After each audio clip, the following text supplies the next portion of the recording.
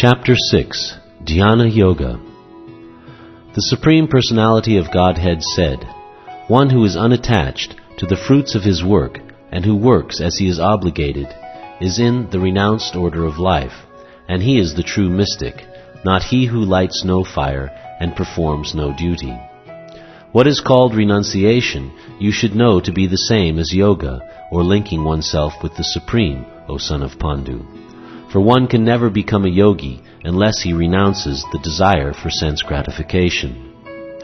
For one who is a neophyte in the eightfold yoga system, work is said to be the means, and for one who is already elevated in yoga, cessation of all material activities is said to be the means.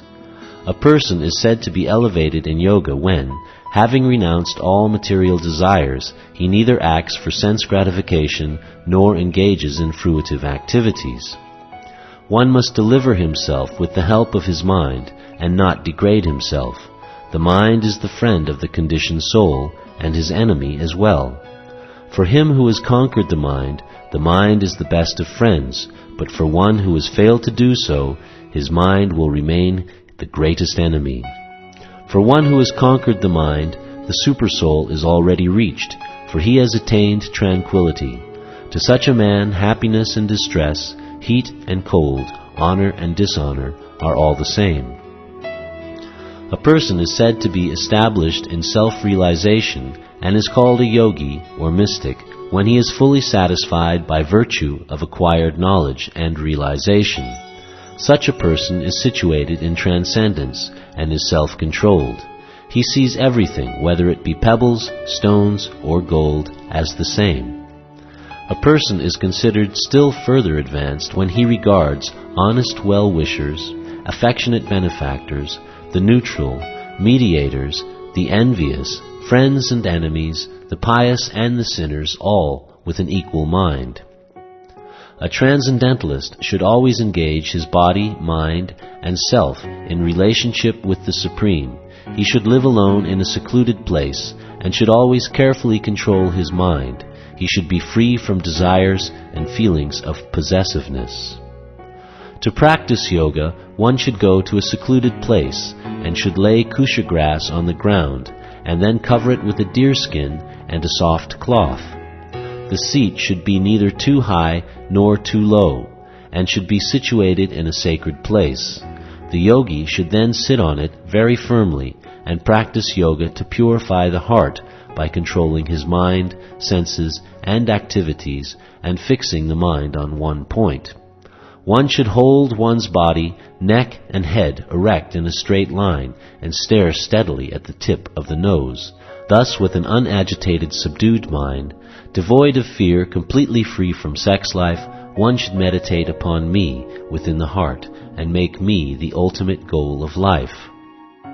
Thus practicing constant control of the body, mind, and activities, the mystic transcendentalist, his mind regulated, attains to the kingdom of God, or the abode of Krishna, by cessation of material existence.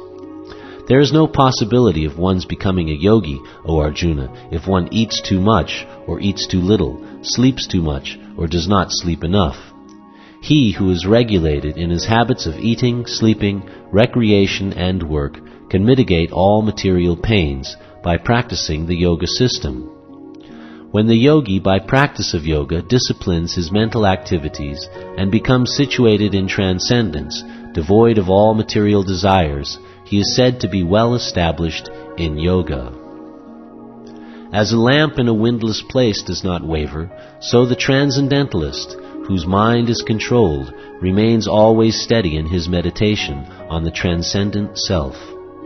In the stage of perfection called trance or samadhi, one's mind is completely restrained from material mental activities by practice of yoga. This perfection is characterized by one's ability to see the self by the pure mind and to relish and rejoice in the self. In that joyous state, one is situated in boundless transcendental happiness, realized through transcendental senses. Established thus, one never departs from the truth, and upon gaining this, he thinks there is no greater gain. Being situated in such a position, one is never shaken, even in the midst of greatest difficulty. This indeed is actual freedom from all miseries arising from material contact. One should engage oneself in the practice of yoga with determination and faith, and not be deviated from the path.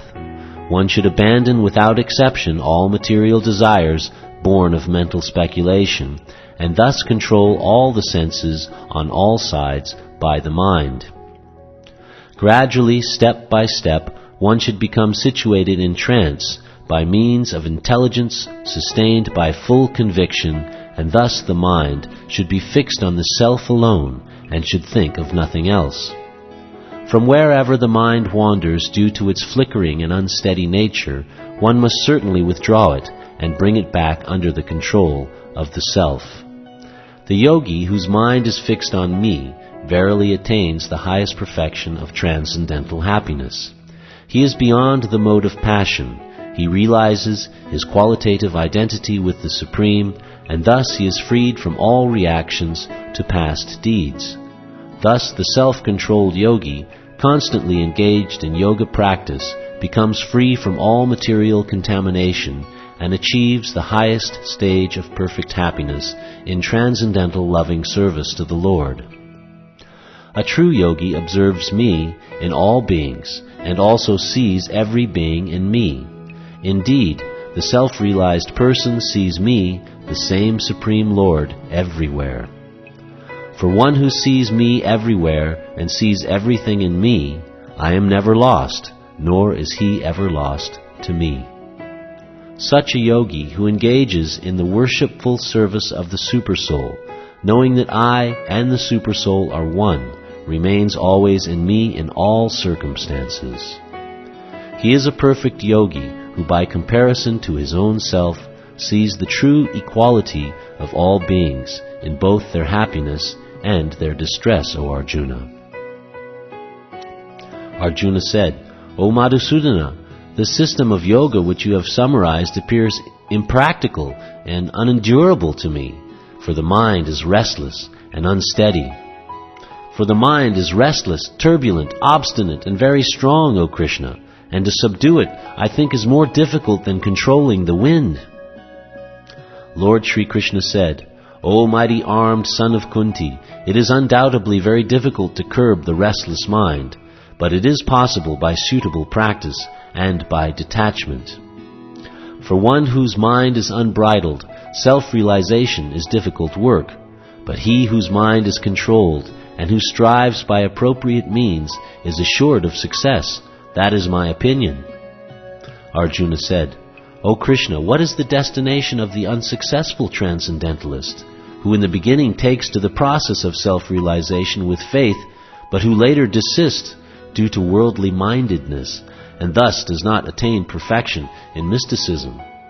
O mighty armed Krishna, does not such a man who is bewildered from the path of transcendence fall away from both spiritual and material success, and perish like a riven cloud with no position in any sphere? This is my doubt, O Krishna, and I ask you to dispel it completely. But for you, no one is to be found who can destroy this doubt.